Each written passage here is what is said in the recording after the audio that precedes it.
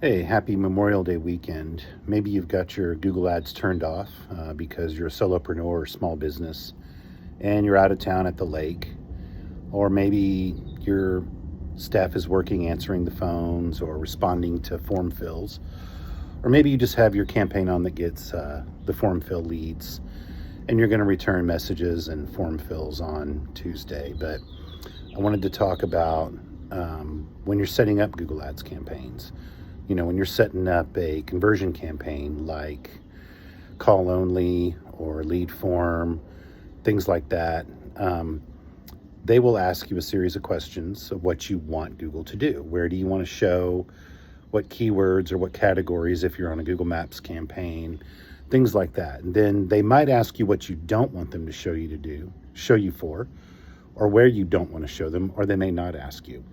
But the thing to remember about manual campaigns and automated campaigns is you have to tell Google what you want: keywords, text ad, video, geographic area, even the type of person, male or female, income level, all that good stuff. But you also have to tell them what you don't want. It's just kind of like if you go to a sandwich shop and you're doing a build your own sandwich thing like Subway or someplace like that. You tell them what kind of bread. You got to tell them if you want it toasted or not. You tell them what kind of meat. You tell them what veggies you want on there.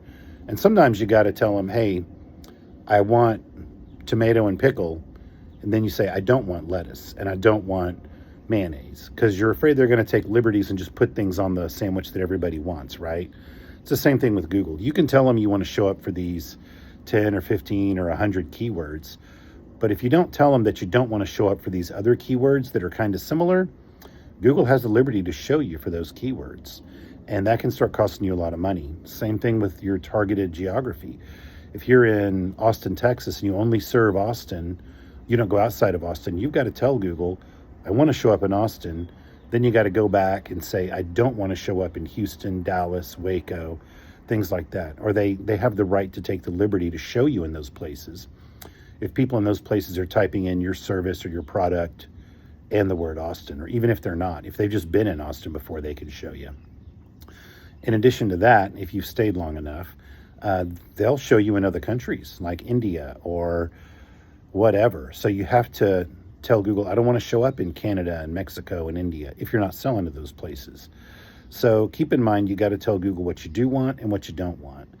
And in a manual or maximize click campaign, you have more access to tell them what you do and don't want, and it'll still work really well.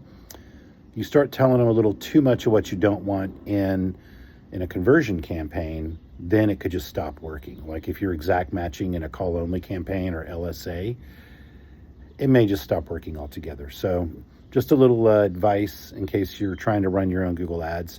If you need a private lesson or a tutoring lesson, give me a call or text me. Thanks. Have a good Memorial Day weekend.